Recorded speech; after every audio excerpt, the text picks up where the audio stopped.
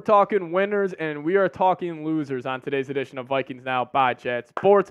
What's going on, guys? My name is Patrick Siepman, and on today's show, I wanted to get an early look at some of the top winners and losers from Vikings training camp. You know, normally when we do training camp videos, we're always keeping it positive, keeping it optimistic on the channel, but I do feel like there are some players on this roster who may have hurt their stock just a little bit throughout camp so far. But the biggest winner on my list, got to start off with the quarterback, man. And, you know, J.J. McCarthy has looked the part. And, you know, I'll be honest, I was a little nervous about him heading into this season. Like, how good was he going to look? Because, you know, he's only 21 years old. Like, if he was going to struggle during camp, it would not shock me a ton. But he has absolutely lived up to the hype, man. And it has just been really special to see what he has done. Specifically in the red zone period, he has looked great. But just the eye test and even just how he handles himself. You know, we hear the word aura all the time, just another word for swag, confidence, whatever it is. J.J. McCarthy has that, and I think that is so key for a quarterback. Like, when you talk about, like, a guy where it's, you know, a 2-minute drill, you're down by 4, and, you know, if the other 10 guys in that huddle look at J.J. McCarthy being like, man, I'd do whatever it takes to help that guy succeed, that speaks to, you know, who he is as a football player. But he's looking like what he was coming out of college, puts in tremendous zip on the football, and just, you know, everything I've been hearing about him has been good. So my biggest winner by far is the former Michigan quarterback, J.J. McCarthy. But another winner, how about the big fella, Christian Darrisaw, franchise left tackle. He got paid, man, and it was, you know, it was great to see. This was a deal that I thought may have gotten done next offseason, but the Vikings decided to get it done, you know, during camp. And, you know, I want you guys to look at the cap number. It's on the right side of your screen next to cap percentage, but he is on the books for this year for $6.4 million, and then he's also on the books for $10 million in 25, $23 million in 26, $24 million in 27, and then $31 million in 28, and then in 2029 he's still on the books for $28 million. So a great deal in my opinion for the Minnesota Vikings. He has been, you know, it's looking the part. Like, he is a franchise left tackle. He is a top 5 left tackle in the National Football League. And, you know, it just makes me feel so much more confident about the quarterback position, knowing that both of these guys' blind sides will be protected by Christian Darrisaw. And also with what we've seen from him the last couple of years, he's only going to get better. He is still a very young tackle. You know, I thought he was a great pick out of Virginia Tech. So, you know, actually shout out to Spielman for that one. But my third winner, probably should have had him at number 2, maybe even number 1.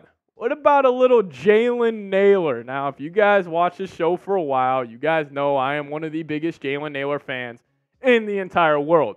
But Vikings fans, I want to introduce you to your new wide receiver 3 for the season. Not official, not confirmed by any coaches, but I'm telling you guys right now, this guy will be wide receiver 3 for the near future. I just think his game, you know, matches up perfectly with Justin Jefferson and Jordan Addison. Super speedy guy, super fluid, getting in and out of routes. And, you know, the thing about Nailor that I love the most is, you know, if you guys have heard the term late hands, like if the ball is up in the air, you don't want to show your hands as a wide receiver, else the DB knows to, you know, start swiping at the football. Couple clips from training camp. Nailor is just running.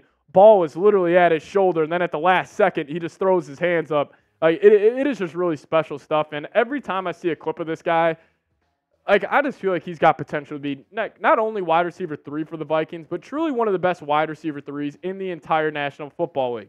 Biggest question here. Shout out to Gary Balster mentioning this in the live chat. He needs to stay healthy. And I believe if Jalen Nailor plays all 17 games this upcoming season and he cements himself as the wide receiver 3, I think we're talking Jefferson, Addison, and Nailor as the 3 wide receivers for J.J. McCarthy for the next 5 seasons. And why is that so important? Because I think continuity and chemistry matter more than we think as NFL fans. And the Vikings offensive line, it's been pretty much the same. You still have TJ Hawkinson. We could be looking at an 11-man offense for the Vikings that could relatively stay the same over the next 4 or 5 seasons. And I couldn't imagine what that group could look like with Jefferson entering his prime, Addison entering his prime, if McCarthy takes that step, and then finally Nailor ends up showing out. It would be fantastic.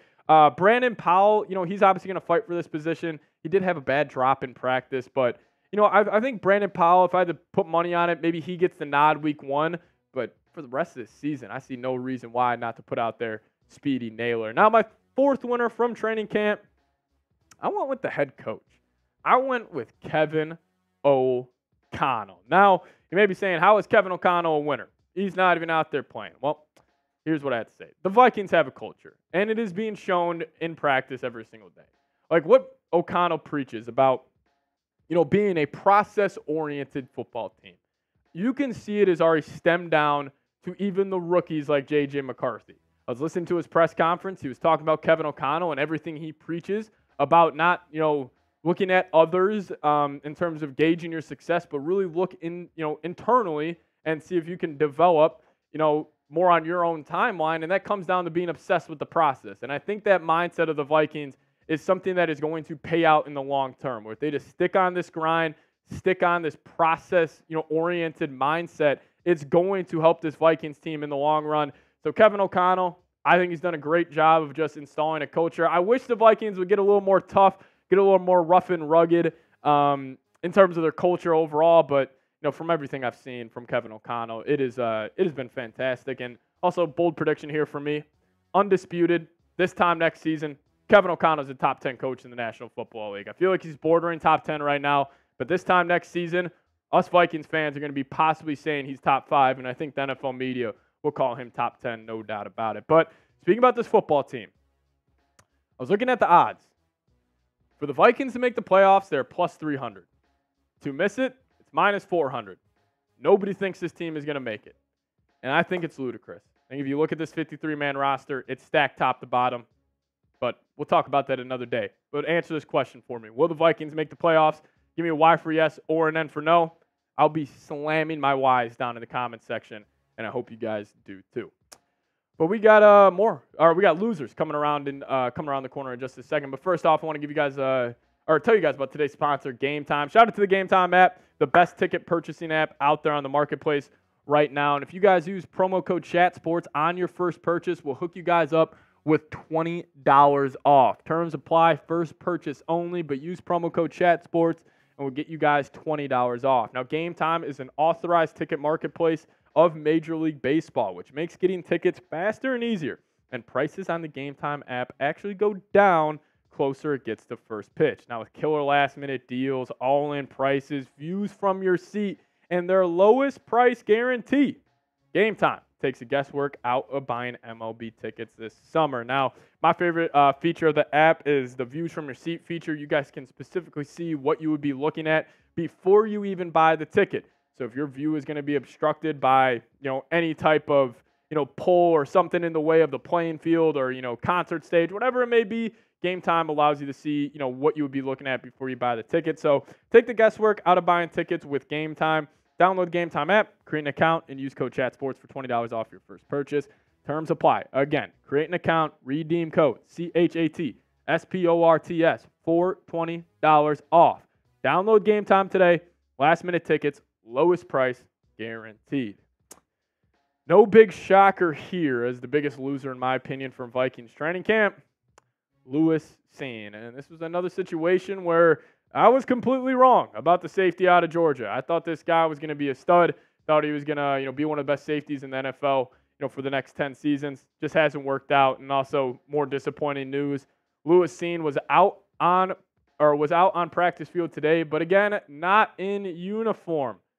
Terrible news for Lewis Cine, as he's a guy that's fighting for a roster spot. These practices are very important, to him making this final 53-man roster. And I just think it's more likely than not that he gets cut, especially with the Vikings signing Bobby McCain as for him to play safety. Like, then you're just thinking about it. Like, you got McCain, Metellus, Smith, Bynum.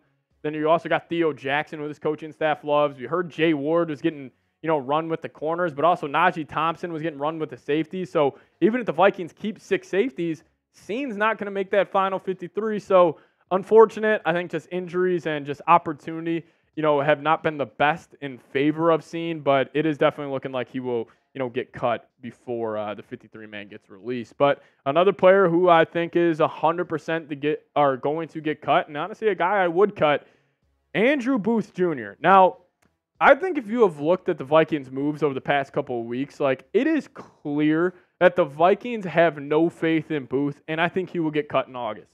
I don't think there would just be this panic from Vikings coaching staff and the Vikings front office about bringing in another corner if, obviously Booth was, living up to that hype of being a second-round pick. But clearly they don't have faith in him. Clearly they don't even think he is going to be on the team, in August, or else why would they be pushing the issue for adding another cornerback? Because let's just say he hit.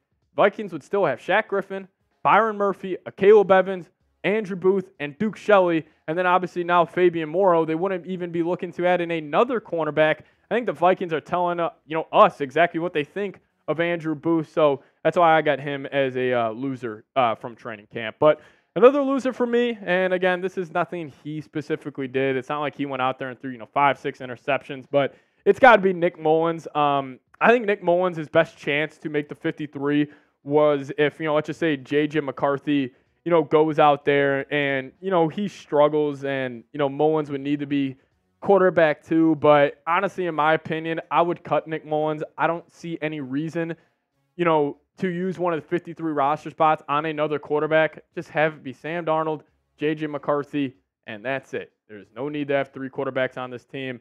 But, I just don't see a reason to, play him at all this season. We know who he is. He's not going to come into the league and, shock anybody. So I got Mullins as my third loser on this list. But let's kick it to the linebacker position. Another player who I was completely wrong about here. What about Brian Asamoah? Now, Brian Asamoah, I thought he was going to pop in the NFL. He was so fast, so explosive at Oklahoma, and he even popped a little bit in his rookie year. But Alec Lewis had this to say on Asamoah, saying a third-round pick of the Vikings in 2022, only played in 36 defensive snaps last year. He missed time in training camp and never fully returned to the lineup. So that's disappointing on Asamoah. But also, I was checking out the Vikings first-team defense. If you guys don't notice, we actually have Shaq and Kobe reincarnated in Ivan Pace and Blake Cashman. They look awesome. I cannot wait to see Pace and Cashman out there. Pace really carried that linebacker group last year. I know Jordan Hicks played well in spots, but, man, Cashman looks the part. Ivan Pace in year 2. He's also going to be wearing the green dot, so I just can't wait to see those two out there. Obviously joking around a little bit with the Shaq and Kobe comparison, but, man, they definitely look good. But, hey, if you guys made it to the end of today's show, give me a SKOL down in the comments section, a little real one roll call, so I can know who all the real ones are. So give me a SKOL down below if you guys made it to the end of today's show. Now, if you guys want more Vikings content on your Twitter timeline, that's the handle up on screen right now, @PatSieps. Give me a follow over there, and I'll give you guys a follow back. But thank you guys so much for watching. As always, SKOL Vikes.